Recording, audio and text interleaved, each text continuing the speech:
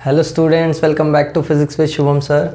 आज हम लोग थर्मल प्रॉपर्टीज़ ऑफ मैटर में सेकंड लेक्चर लेके आ गए हैं। इसके पहले एक लेक्चर अपलोड किया है जिसमें हमने डिटेल में टेम्परेचर और हीट इसके बारे में बात किया है और टेम्परेचर को कैसे मेजर करते हैं अलग अलग स्केल्स यूज़ करके, अलग अलग स्केल्स में कन्वर्जन वगैरह, ये सब कुछ हमने डिटेल में डिस्कस किया है। तो पहला लेक्चर काफ़ी कंसेप्चुअल था और काफ़ी सारे बेसिक्स कवर हुए हैं ये चैप्टर के, तो उसको देख लो। आज जो सेकेंड लेक्चर में हम लोग स्टार्ट करेंगे दैट इज़ थर्मल एक्सपांशन। ठीक है, थर्मल एक्सपांशन मतलब जब हम चीज़ों को हीट करते हैं तो चीज़ें एक्सपांड हो जाती हैं, इसको बोलते हैं थर्मल एक्सपांशन। जैसे एग्जांपल के लिए कोई जैसे दो कप वगैरह एक दूसरे में फंसा होता है, स्टील का कप जब आपस में फंस जाता है एक दूसरे में तो हम उसको गर्म करके निकाल लेते हैं एक दूसरे से। या जैसे कोई दो कटोरी है जो आपस में फंसी हुई है ना, एक के ऊपर एक कटोरी रख दिया तुमने और वो चिपक गया है, निकल नहीं रहा है, तो तुम क्या करते हो, थोड़ा हीट करते हो और हीट करके वो चीज़ निकल जाती है। जैसे कोई बॉटल है, बॉटल का ढक्कन खुल नहीं रहा है, बॉटल मतलब स्टील बॉटल, कोई स्टील बॉटल का ढक्कन नहीं खुल रहा है तो तुम उस ढक्कन को थोड़ा हीट करते हो तो वो खुल जाता है। तो ये सब जो चीज़ें हैं ये क्यों होती हैं या ये सब चीज़ें क्या हैं वो हमको पढ़ना है। And this phenomena is called as thermal expansion. So it is basically expansion due to heating. So this is expansion due to heating. बोलने का मीनिंग ये है कि जब चीज़ों को हीट करते हैं तो चीज़ें एक्सपांड हो जाती हैं, बस इतनी सी बात। ठीक है, जब चीज़ों को हीट करते हैं तो चीज़ें एक्सपांड हो जाती हैं। जैसे कोई दरवाज़ा होता है जो गर्मी में बंद नहीं होता है, गर्मी में हीट के वजह से वो दरवाज़ा थोड़ा एक्सपांड हो जाता है। तो कुछ चीज़ें गर्मी में हमको एक्सपीरियंस होती हैं कि थर्मल एक्सपांशन की वजह से ऐसी हो रही हैं। तो बेसिक समझ लो कि एक्सपांशन ड्यू टू हीटिंग ये हमको थर्मल एक्सपांशन में पढ़ना होता है। तो अब चीज़ों के बहुत तरीके के शेप्स होते हैं, हम लोग कुछ बहुत रेस्ट्रिक्टेड शेप्स के बारे में पढ़ने वाले हैं। जैसे अनइवन शेप्स या रैंडम शेप्स के बारे में नहीं पढ़ेंगे, हम स्पेसिफिक शेप्स के बारे में पढ़ेंगे। तो तीन शेप्स हैं अपने पास। जैसे किसी चीज़ का जब लेंथ एक्सपांड हो जाए, जैसे फॉर एग्जांपल मेरे पास एक, ठीक है अभी तो मेरे पास कोई रॉड है नहीं, मेटल रॉड, क्योंकि मेटल रॉड यूज़ नहीं करता हूँ। सपोज़ ये मार्कर मेटल रॉड है, ये एक मेटल रॉड है तो इसकी लेंथ है। तो जब हम लोग इसको हीट करेंगे तो इसकी लेंथ में जो एक्सपांशन आएगा उसको हम लीनियर एक्सपांशन करके पढ़ेंगे। फिर कोई जैसे मेरे पास एक प्लेन शीट है, जैसे एक मेटालिक शीट है, उसको जब मैं हीट करूँ तो उसमें जो एक्सपांशन आएगा उसको मैं बोलूँगा एरियल एक्सपांशन, यानी उसके एरिया में एक्सपांशन हुआ है। वहीं पे अगर कोई मेरे पास मेटालिक बॉल है या क्यूब है, क्यूब बोल रहा हूँ, हाँ ठीक है, जैसे कोई मेटालिक क्यूब है या कोई एक मेटालिक स्फीयर है, तो उसको जब मैं हीट करूँगा तो उसके वॉल्यूम में एक्सपांशन आता है, तो उसको हम वॉल्यूम एक्सपांशन पढ़ते हैं। तो तीन टाइप के एक्सपांशन हमको पढ़ने होते हैं, एक होता है लीनियर एक्सपांशन, एक होता है एरियल एक्सपांशन और एक होता है वॉल्यूम एक्सपांशन।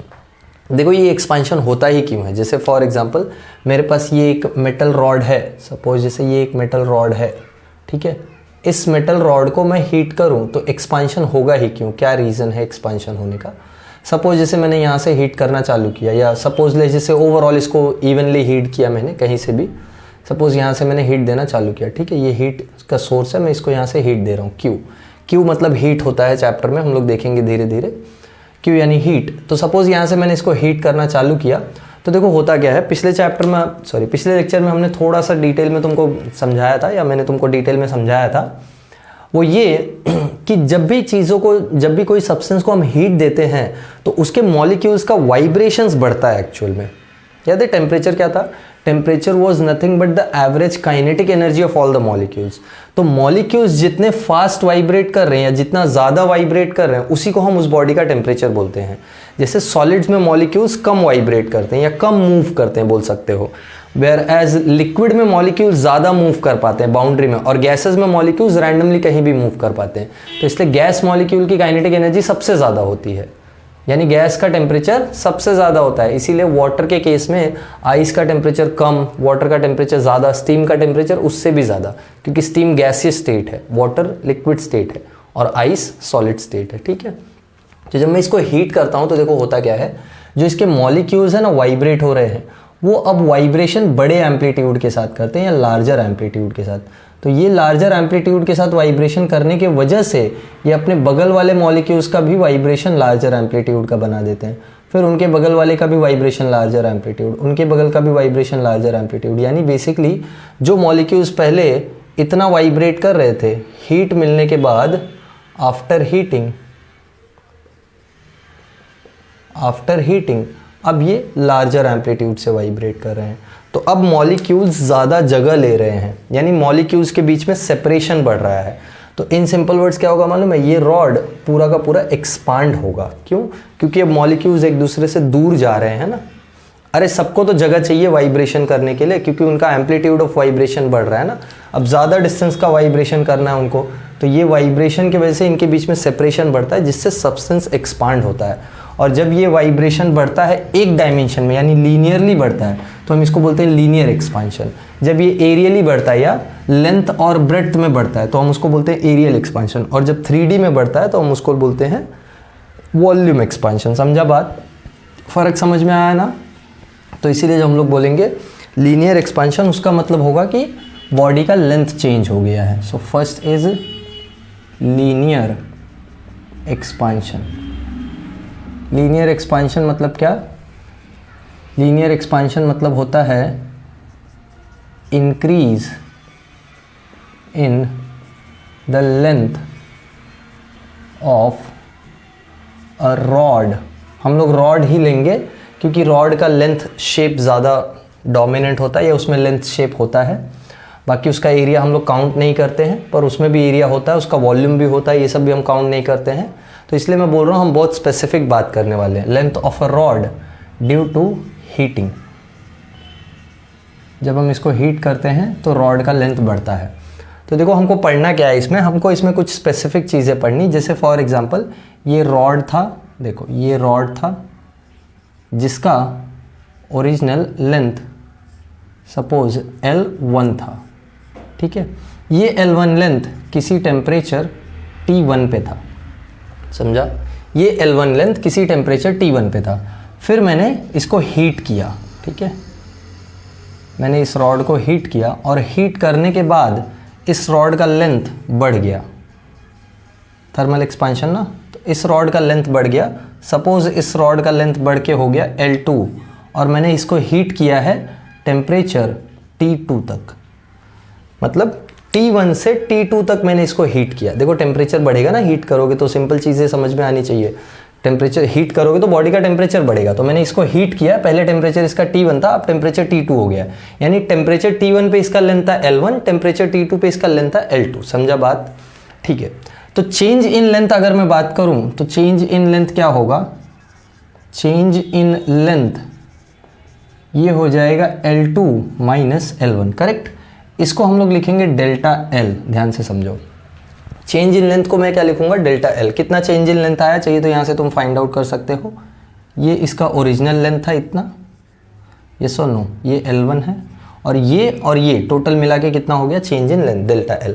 तो ये जो डेल्टा L है, ज़रा ध्यान से समझो, ये एक्सपेरिमेंटली फाइंड आउट किया गया। एक्सपेरिमेंटली मतलब क्या? हीट करके देखा गया। ये हीट करके देखा गया that this change in length, और it was experimentally found, I will just write, it was experimentally found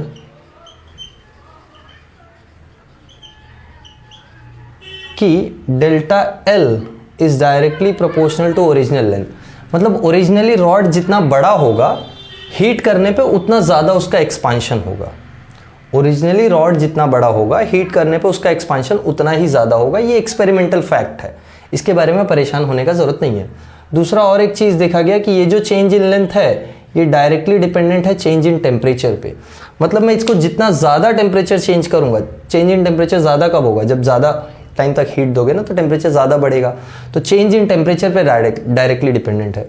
और इन दोनों को जब हम लोग कंबाइन करते हैं तो we get delta L being directly proportional to L1 times delta T। ये प्रोपोर्शनैलिटी अगर यहाँ से हम हटाते हैं तो हमको एक कांस्टेंट मिलता है। ये कांस्टेंट बहुत इंपॉर्टेंट है, ध्यान देना। Delta L is equals to alpha, this is alpha, और ये प्रोपोर्शनैलिटी है, फ़र्क समझ लेना, ठीक है। ये अल्फा है, alpha L1 delta T, where alpha is coefficient of linear expansion, ठीक है। इसको बोलते हैं कोएफिशिएंट ऑफ लीनियर एक्सपांशन। तो alpha coefficient of linear expansion है and it is dependent on the material, material पे डिपेंड करता है कि कितना अल्फ़ा होगा। यहाँ से हमको एक बहुत इंपॉर्टेंट फॉर्मूला मिलेगा। देखो हमको मालूम है चेंज इन लेंथ क्या है, L2 माइनस L1, तो therefore L2 minus L1 this is equals to alpha times L1 delta T। समझा? ये L1 इधर लेके आओ तो हमको फाइनल लेंथ का फॉर्मूला मिलेगा L2 equals to L1 plus alpha L1 delta T। So therefore L2 is equals to L1 common हो जाएगा, L1 times 1 plus alpha delta T। ये तुम्हारा फाइनल लेंथ का फॉर्मूला आ गया। मतलब अगर तुमको बोला कि कोई रॉड जिसका ओरिजिनल लेंथ L1 है एट टेम्परेचर T1 उसको हीट किया टिल टेम्परेचर T2 जिसकी वजह से उसका लेंथ बढ़ के L2 हो गया, तो L2 का वैल्यू बताओ कितना होगा। So L2 is L1 times 1 plus alpha delta T, where alpha is coefficient of linear expansion, delta T is change in temperature T2 minus T1 and L1 is original length. समझ में आई बात? समझ में आई बात? बोलो। ठीक है, चलो यहाँ से अल्फ़ा का फॉर्मूला निकालना होता है हमको। एक तो ये L1 फाइनल लेंथ का फॉर्मूला मिल गया, दिस वाज इम्पॉर्टेंट। हमको अल्फ़ा का भी फॉर्मूला चाहिए। अल्फ़ा का फॉर्मूला यहाँ से निकालो, क्या आएगा? Alpha will be equal to, alpha क्या हो जाएगा? L2 minus L1 upon L1 delta T, है ना? बोलो इसका यूनिट निकालो, यूनिट क्या आ जाएगा अल्फ़ा का? SI unit. बोलो, ये अल्फ़ा का फॉर्मूला है, ठीक है। SI यूनिट क्या आ जाएगा? बोलो, SI यूनिट हो जाएगा, ये लेंथ का चेंज है तो फाइनल इसका यूनिट ऊपर न्यूमरेटर का यूनिट मीटर होगा, अपॉन नीचे लेंथ है तो इसका भी यूनिट मीटर होगा, मीटर मीटर कैंसिल। ये delta T change in temperature है तो इसका यूनिट डिग्री सेल्सियस हो सकता है या केल्विन हो सकता है। सो इसका यूनिट आएगा पर डिग्री सेल्सियस और पर केल्विन, या डिग्री सेल्सियस इनवर्स और केल्विन इनवर्स। समझा? ये SI यूनिट है for alpha, very important. Alpha का SI यूनिट है और ये अल्फ़ा का फॉर्मूला है। तो अल्फ़ा के लिए एक्सप्रेशन और फाइनल लेंथ के लिए एक्सप्रेशन, ये दोनों बहुत इंपॉर्टेंट थे जो हमने डिराइव किया है, ठीक है। और ये सब एक्सपेरिमेंटली अपने को दिखता है कि एक्सपेरिमेंटली L1 हमने देखा कि L1 जितना ज़्यादा या ओरिजिनल लेंथ जितना ज़्यादा है, फाइनल लेंथ उतना ही बड़ा हो जाता है या चेंज इन लेंथ उतना ही ज़्यादा आता है। और टेम्परेचर चेंज जितना ज़्यादा करेंगे उतना ज़्यादा उतना ज़्यादा चेंज इन लेंथ आएगा, ठीक है। तो ये अपने को अल्फ़ा का फॉर्मूला मिल गया और L2 का फॉर्मूला मिल गया। अब ये अल्फ़ा के फॉर्मूला से या ये लीनियर एक्सपांशन से हमको एक बहुत इंपॉर्टेंट चीज़ डिस्क्राइब करना है यहाँ पे, दैट इज़ थर्मल स्ट्रेस। देखो थर्मल स्ट्रेस क्या होता है, हमको मालूम है जब भी किसी चीज़ का लेंथ चेंज होता है, ध्यान से सुनो, जब भी किसी चीज़ का लेंथ चेंज होता है तो उसके अंदर एक रीस्टोरिंग स्ट्रेस प्रोड्यूस होता है। हमने मैकेनिकल प्रॉपर्टीज ऑफ सॉलिड्स में पढ़ा है ना, स्ट्रेस प्रोड्यूस होता है ना बॉडी में।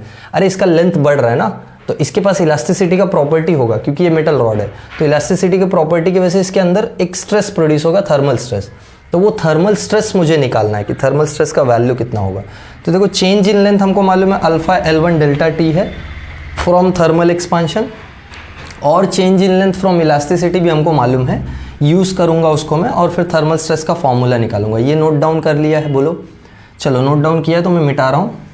मैं तुमको थर्मल स्ट्रेस का फॉर्मूला बता देता हूँ जो कि बहुत इंपॉर्टेंट है, उस पर क्वेश्चंस आ जाते हैं तो तुम अटक जाते हो, तुमको लगता है ये इधर का पार्ट ही नहीं है, ये चैप्टर का, इसी चैप्टर का पार्ट है। बस ये है कि तुमको पिछला चैप्टर थोड़ा आना चाहिए, मैकेनिकल प्रॉपर्टीज़ ऑफ सॉलिड्स तुमको आना चाहिए। जैसे मैकेनिकल प्रॉपर्टीज़ ऑफ सॉलिड्स में तुमने पढ़ा था कि अगर कोई रॉड है जिसका लेंथ L है, ओरिजिनल लेंथ L है, उसमें change in length delta L आता है, उसका यंग्स मॉड्यूलस Y है, तो हमको मालूम है, देखो हमको क्या मिला है, फ्रॉम थर्मल एक्सपांशन या फ्रॉम थर्मल एक्सपांशन हमको मालूम है डेल्टा L या change in length is alpha times L1 delta T, correct. ये हमको मालूम है चेंज इन लेंथ का फॉर्मूला। हमको और एक चीज़ मालूम है, फ्रॉम इलास्टिसिटी हमको मालूम है Young's modulus is equals to force upon area times change in length upon original length. अरे यंग्स मॉड्यूलस क्या होता है, स्ट्रेस अपॉन स्ट्रेन ना, स्ट्रेस क्या था, फोर्स अपॉन एरिया, स्ट्रेन क्या था, change in length upon original length, original length ऊपर चला जाएगा। यहाँ से चेंज इन लेंथ का फॉर्मूला निकालो, so delta L will be equals to, delta L क्या आ जाएगा बोलो, डेल्टा एल आ जाएगा F L upon A Y, is that correct, बोलो सही है या नहीं।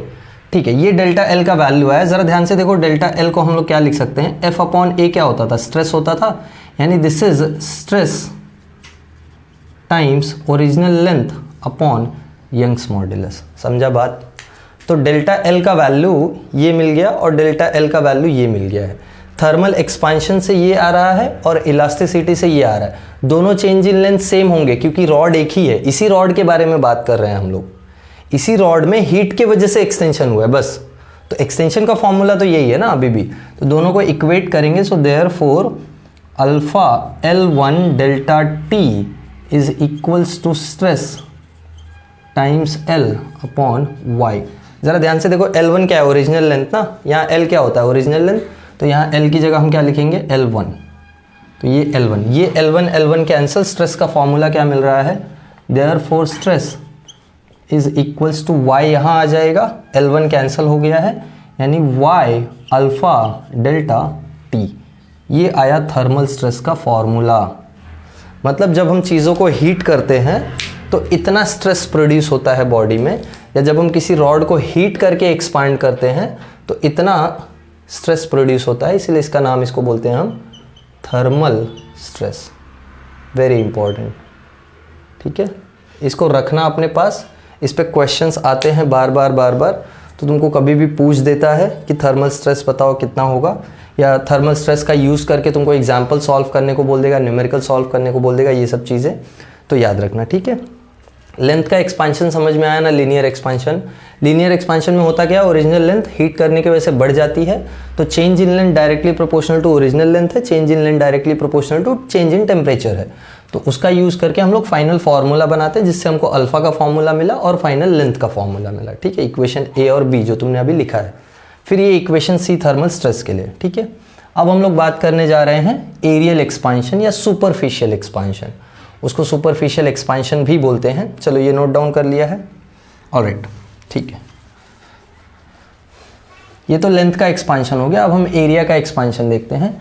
एरिया का एक्सपांशन के लिए हम लोग कोई एक ऐसा सब ऑब्जेक्ट लेंगे जिसका एरिया बढ़ेगा, जैसे फॉर एग्जांपल एक शीट, मेटालिक शीट है अपने पास, तो उसका एरिया जब बढ़ेगा तो हम लोग उसके लिए एरियल एक्सपांशन डिस्क्राइब करेंगे, ठीक है।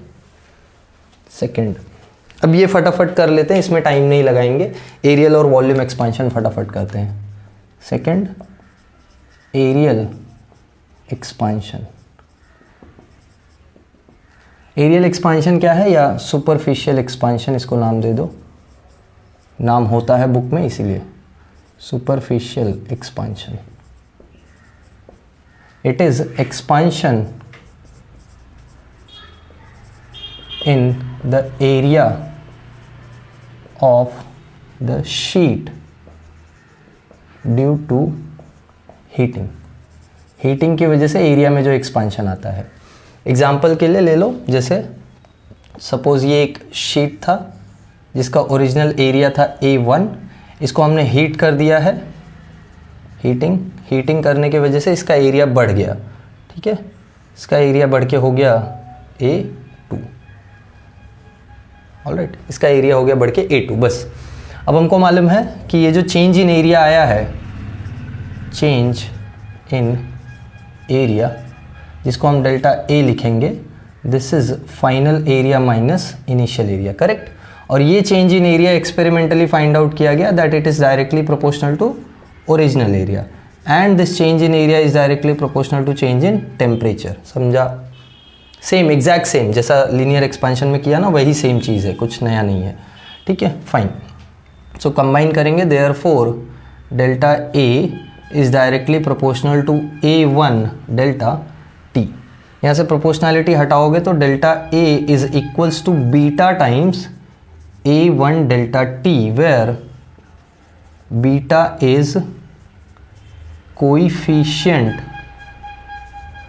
Of areal expansion. जैसे लीनियर एक्सपांशन के लिए कोएफिशिएंट अल्फा था ना, वैसे जैसे लीनियर एक्सपांशन के लिए कोएफिशिएंट अल्फा था ना, वैसे एरियल एक्सपांशन के लिए कोएफिशिएंट बीटा है, याद रखना। तो बीटा हमको मिल गया है। बीटा भी मटेरियल पे डिपेंड करता है, इट डिपेंड्स ऑन मटेरियल, ठीक है।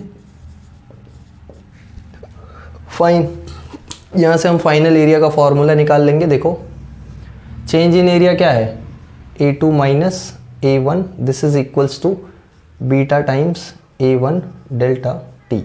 सो A2 क्या हो जाएगा, A2 यहाँ याद रखना, ये एट टेम्परेचर T1 है, ये एट टेम्परेचर T2 है। T1 से T2 हीट किया है तो डेल्टा टी का चेंज आया है। A2 क्या हो जाएगा, A1 plus beta A1 delta T. So therefore final area A2 is A1 times 1 plus, alpha लिखने जा रहा था, 1 प्लस बीटा डेल्टा टी, समझा। जहाँ पे A1 क्या है, ओरिजिनल एरिया, बीटा क्या है, coefficient of areal expansion, and delta T क्या है, चेंज इन टेम्परेचर। बीटा का फॉर्मूला निकाल लो, ये तो इक्वेशन नंबर, लेट्स से हम लोग ने क्या लिखा था, सी ना, तो let this be equation number D.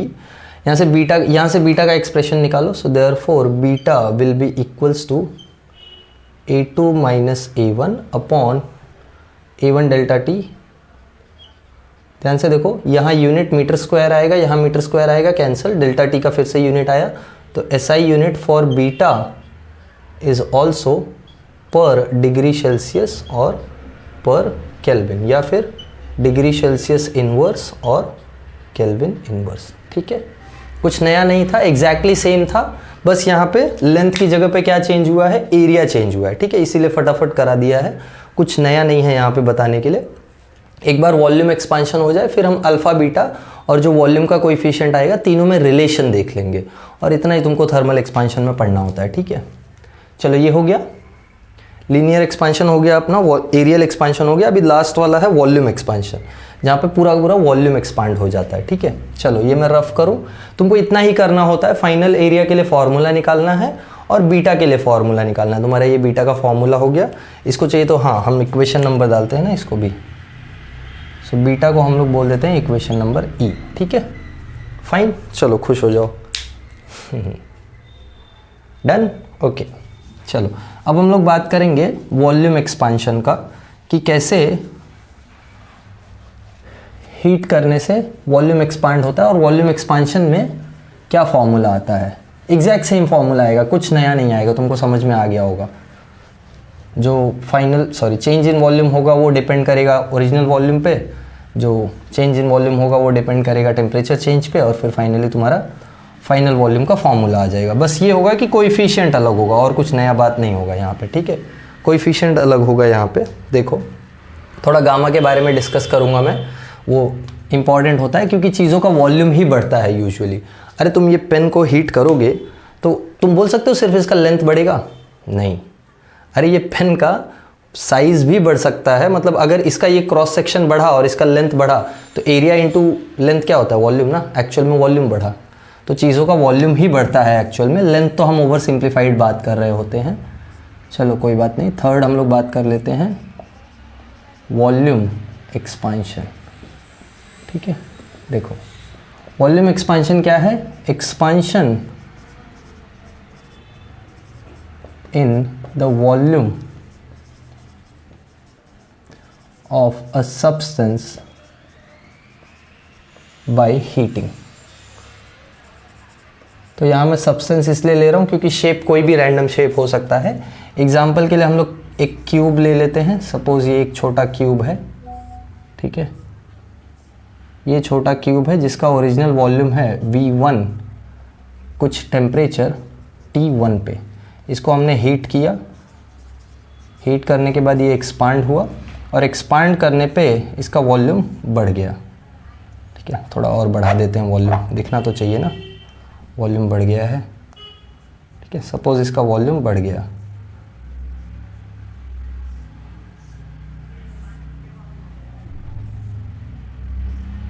ठीक है। दिखाई पड़ रहा है बढ़ा हुआ वॉल्यूम, मेरे हिसाब से तो बढ़ा हुआ है, ठीक है। V2 ये एट टेम्परेचर T2 है। तो हीट करने पे ये रिजल्ट मिला हमको कि कुछ वॉल्यूम था V1 जो बढ़ के V2 हो गया है, कुछ टेम्परेचर T1 पे था, अब ये T2 पे आ गया है। तो change in temperature, change in volume हमको दिखाई पड़ रहा है। चेंज इन वॉल्यूम क्या है? Delta V। So delta V this is directly proportional to original volume and delta V this is directly proportional to change in temperature. तो combine करोगे delta V क्या आ जाएगा? Directly proportional to V1 delta T। ठीक है, यहाँ पे proportionality हटाएंगे तो delta V is equals to gamma times V1 delta T। सबने गेस ही कर लिया होगा, ABCD तो सबको आती है, तो ग्रीक में अल्फ़ा बीटा गामा आता है, तो अल्फ़ा आया बीटा आया तो अब गामा ही आना था। सो therefore final volume minus initial volume, या गामा का इंट्रोडक्शन दे देते हैं। What is gamma? Gamma is this, gamma is coefficient of volume expansion। ठीक है, ये coefficient of volume expansion है। this also depends on what? बोलो, मटेरियल। ठीक है, ये भी मटेरियल पे डिपेंडेंट होता है। कॉपर के लिए गामा अलग होगा, एल्यूमिनियम के लिए गामा अलग होगा एंड सो ऑन। तुमको समझ में आ गया मैं क्या बोल रहा हूँ? ठीक है, चलो। So therefore V2 minus V1 this is gamma times V1 delta T। So therefore V2 will be equals to V1 plus gamma times V1 delta T and therefore final volume का फॉर्मूला क्या आता है? V1 times 1 plus gamma delta T। ये आ गया B का expression, final volume. Equation number क्या था? E था ना वहाँ, तो लेट इट बी F। ठीक है, सिमिलरली यहाँ से गामा का फॉर्मूला निकाल लो। Also gamma will be equal to, बोलो, Y तो नहीं दिख रहा है gamma, gamma will be equal to, क्या हो जाएगा गामा का फॉर्मूला? बोलो, gamma will be equal to V2 minus V1 upon ये V1 डेल्टा T यहाँ।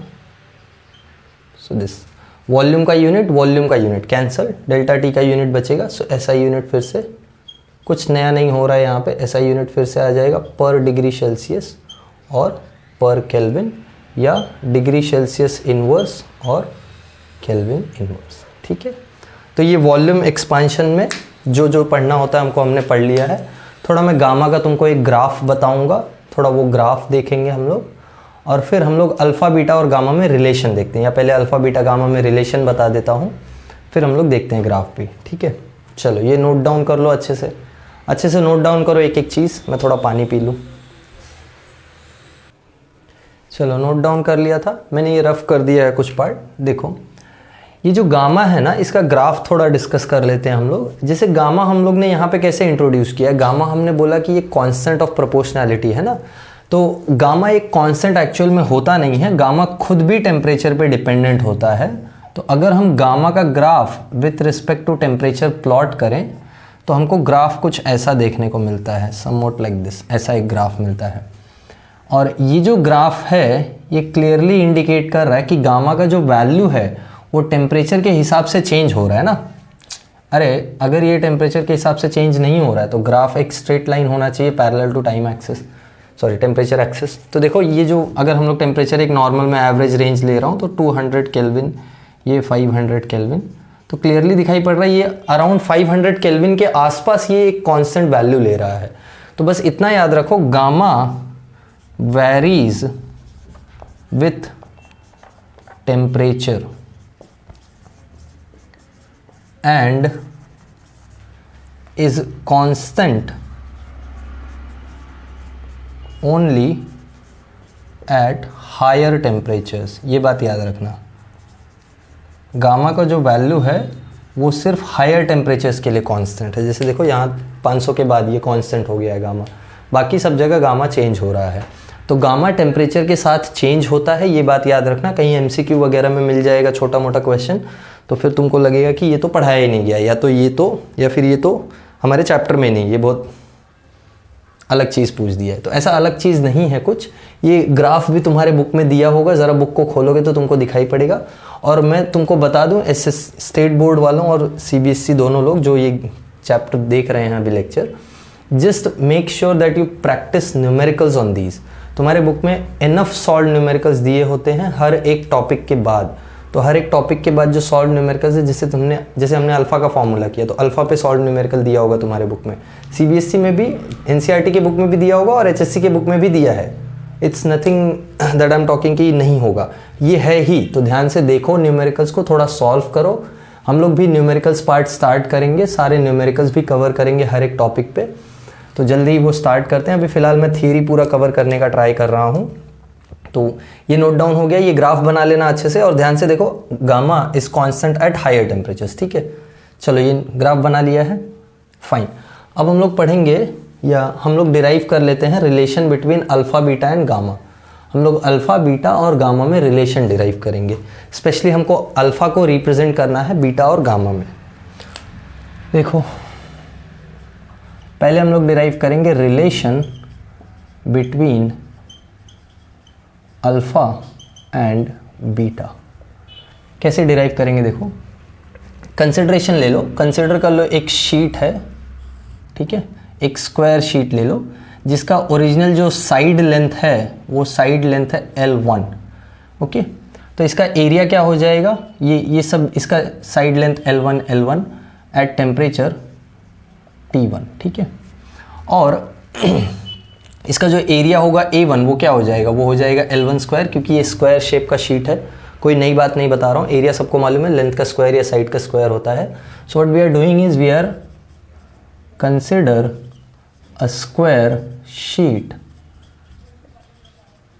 Of side L1, okay, at temperature T1।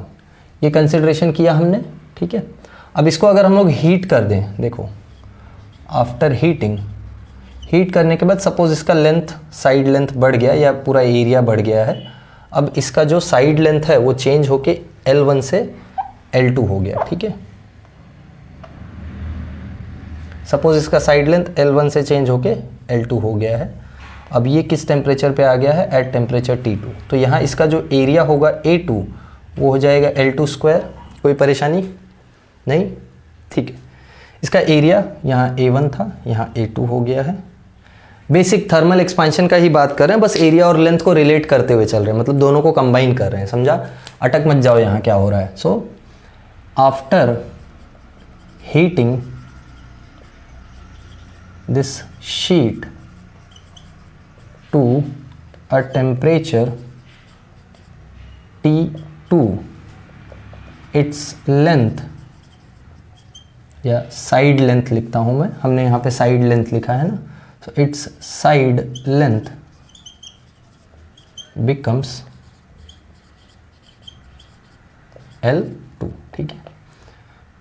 तो L2 का फॉर्मूला हमको मालूम है, since L2 is equals to, according to thermal expansion, L2 is equals to L1 times 1 plus alpha delta T। बोलो ये किसको किसको मालूम है, अभी लिखा ना लेंथ एक्सपांशन में या लीनियर एक्सपांशन में।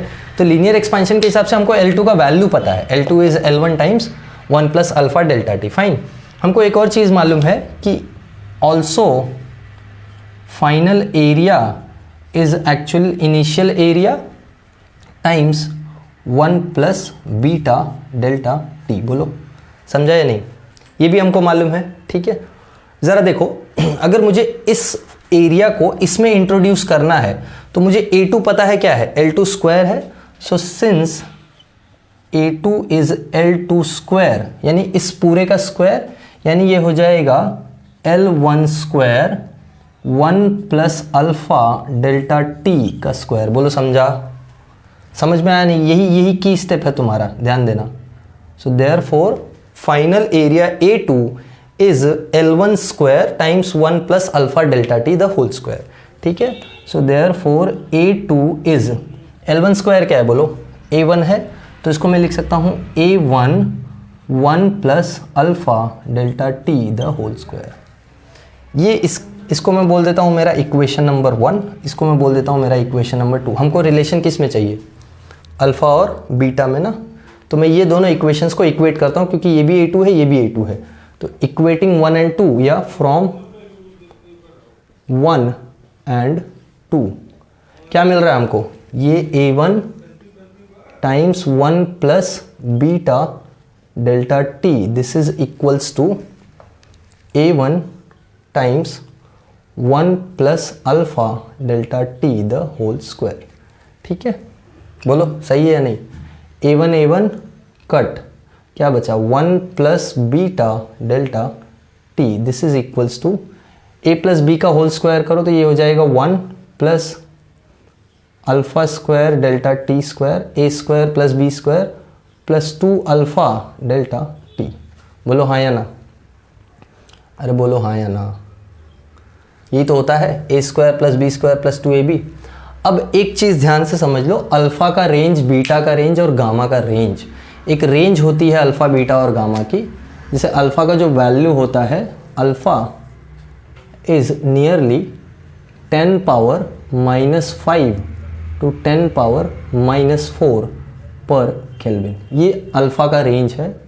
बीटा का रेंज भी around 10 power -5 to 10 power -4 per kelvin, and gamma का रेंज होता है 10 पावर -6 टू 10 पावर -5 पर केल्विन। यानी ये जो तीनों कोएफिशिएंट्स है ना, ये रेंज मैंने लिखा है तुमको, ये तीनों कोएफिशिएंट्स जो है ना, ये देखो ज़रा ध्यान से, बहुत छोटे हैं, 10 पावर -5 -4। तो यहाँ हम लोग क्या लिखेंगे, since alpha is very very small therefore alpha square can be neglected. Neglected मतलब अल्फ़ा स्क्वायर को हम लोग नियरली 0 ले सकते हैं। तो ये 0 हुआ तो ये टर्म 0, यानी ये टर्म अपना कैंसिल होके कितना हो गया, बोलो 0 हो गया। So therefore 1 plus beta delta T is equals to 1 plus 2 alpha delta T. 1 से 1 कट गया, beta delta T 2 alpha delta T, यानी therefore beta delta T is equals to 2 alpha delta T. Delta T cut, beta is equals to 2 alpha, या alpha is equals to beta by 2। ये आ गया relation between alpha and beta. बोलो समझ में आया। This is very important, pay attention to this.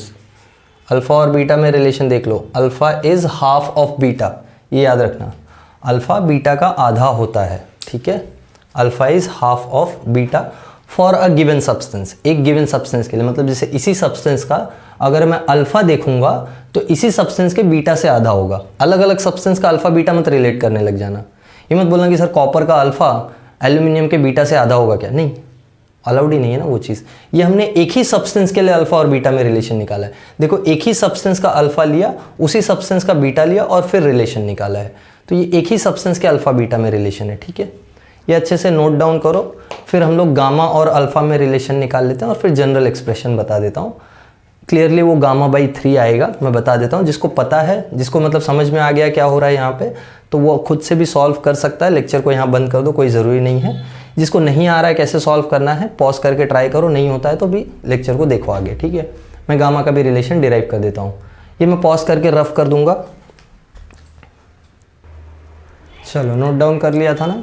अब हम लोग relation between alpha and gamma देख लेते हैं। ठीक है, अल्फ़ा और बीटा में देखा ना, अल्फ़ा और गामा में रिलेशन देखते हैं। फिर से कंसीडर कर लेते हैं। देखो अल्फ़ा क्या होता है, लेंथ से रिलेटेड, गामा वॉल्यूम से रिलेटेड। तो यहाँ हम लोग एक क्यूब कंसीडर करेंगे। सपोज जैसे एक क्यूब है जिसका साइड लेंथ दिया हुआ है कुछ, तो ये क्यूब है जिसका साइड लेंथ हम लोग ले लेते हैं। Let the side length original be, original side length को हम लोग L1 ले लेते हैं। इसका वॉल्यूम है V1 और ये कितने टेम्परेचर पे है, एट T1। ठीक है, तो हमको मालूम है वॉल्यूम क्या होता है क्यूब के लिए, लेंथ का क्यूब। इसको हीट किया, ठीक है, हीट करने से क्यूब का वॉल्यूम बढ़ गया।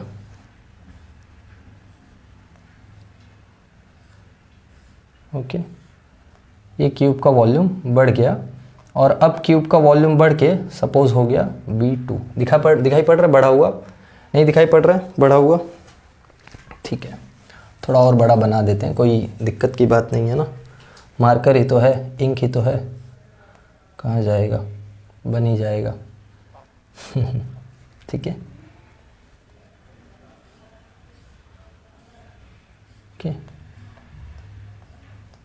अभी दिखाई पड़ रहा है एक्सपांड हुआ। ठीक है, ये हो गया V2। अभी भी नहीं दिखाई पड़ रहा है तो हंसो मत। ठीक है, चलो, और इसका लेंथ सपोज बढ़ के हो गया L2।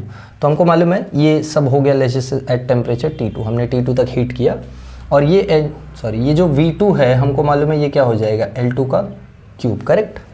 ये सुनो, बोलो, L2 का क्यूब होगा ना। ठीक है, देखो हम लोग कंसिडर कर लेते हैं, consider a cube of side length L1 at temperature T1. Okay, let the cube is heated to temperature T2 and its side length is L2.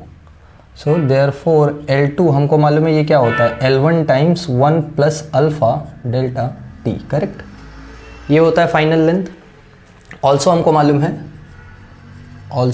मालूम है फाइनल वॉल्यूम जो होता है वो होता है initial volume times 1 plus gamma delta T। ठीक है, तो हमको मालूम है जो फाइनल वॉल्यूम है वो फाइनल लेंथ का क्यूब है, V2 is L2 cube. So therefore V2 is L2 cube, या since V2 is L2 cube therefore V2 will be equals to L2 यानी इस पूरे का क्यूब, यानी L1 cube times 1 plus alpha delta T cube. बोलो हाँ या ना? 1 plus alpha delta T cube. Correct? ठीक है, और क्या? फाइन, स्क्वायर का L1 क्यूब हमको मालूम है क्या है, L1 क्यूब हमको मालूम है V1 है, तो V2 क्या हो जाएगा, therefore V2 is equals to V1 1 plus alpha delta T का क्यूब। करेक्ट? ठीक है, देखो ये V2 और ये V2, इसमें गामा इसमें अल्फा, हमको रिलेशन चाहिए। Let this be equation 1, let this be equation 2। So from 1 and 2, 1 और 2 से हमको क्या मिल रहा है, V1 times 1 plus gamma delta T is equals to V1 times 1 plus alpha delta T the whole cube. V1 cut हो गया तो हमको क्या मिलेगा, बोलो? समझ में आ रहा है? सिंपल मैथ्स का सिंप्लीफिकेशन चल रहा है यहाँ। V1 कैंसिल, हमको मिलता है 1 plus gamma delta T is equals to, so 1 plus gamma delta T किसके इक्वल हो जाएगा, 1 प्लस अल्फा डेल्टा T के होल क्यूब, यानी A प्लस B का होल क्यूब लगाना है। A क्या है 1 और B है अल्फा डेल्टा T, यानी A प्लस B का होल क्यूब क्या होता है, A cube plus B cube plus 3A square B, यानी A क्या है 1 का स्क्वायर इंटू B है alpha delta T plus 3AB square, यानी alpha square delta T square. तो ये हो गया 1 प्लस अल्फा डेल्टा T का होल क्यूब। अब ज़रा ध्यान से देखो, इसमें ये अल्फ़ा क्यूब है और ये अल्फ़ा स्क्वायर है, तो जैसे हमने अल्फ़ा बीटा के रिलेशन के टाइम पे किया, अल्फ़ा के जो हायर पावर्स हैं उसको हम नेग्लेक्ट कर सकते हैं। So since alpha is very very small, यहाँ देखो रेंज इसलिए मेंशन किया हुआ है। So alpha square and alpha cube can be taken as 0। जब ये 0 होगा तो ये टर्म 0 हो गया और ये वाला टर्म 0 हो गया, बचा ये वाला टर्म और ये वाला टर्म, यानी 1 plus gamma delta T is equals to 1 का क्यूब हो जाएगा 1 और इधर 3 1 का स्क्वायर हो जाएगा 1, सो 3 अल्फ़ा डेल्टा T। ये 1 से 1 हो गया cancel, so therefore gamma delta T is equals to 3 alpha delta T, delta T से delta T cancel, so therefore gamma is 3 times alpha और alpha is gamma upon 3। So ये आ गया alpha और गामा में रिलेशन। अल्फ़ा और beta में हमने रिलेशन निकाला, alpha equals to beta by 2। So final relation क्या मिल रहा है, alpha equals beta by 2 equals gamma by 3।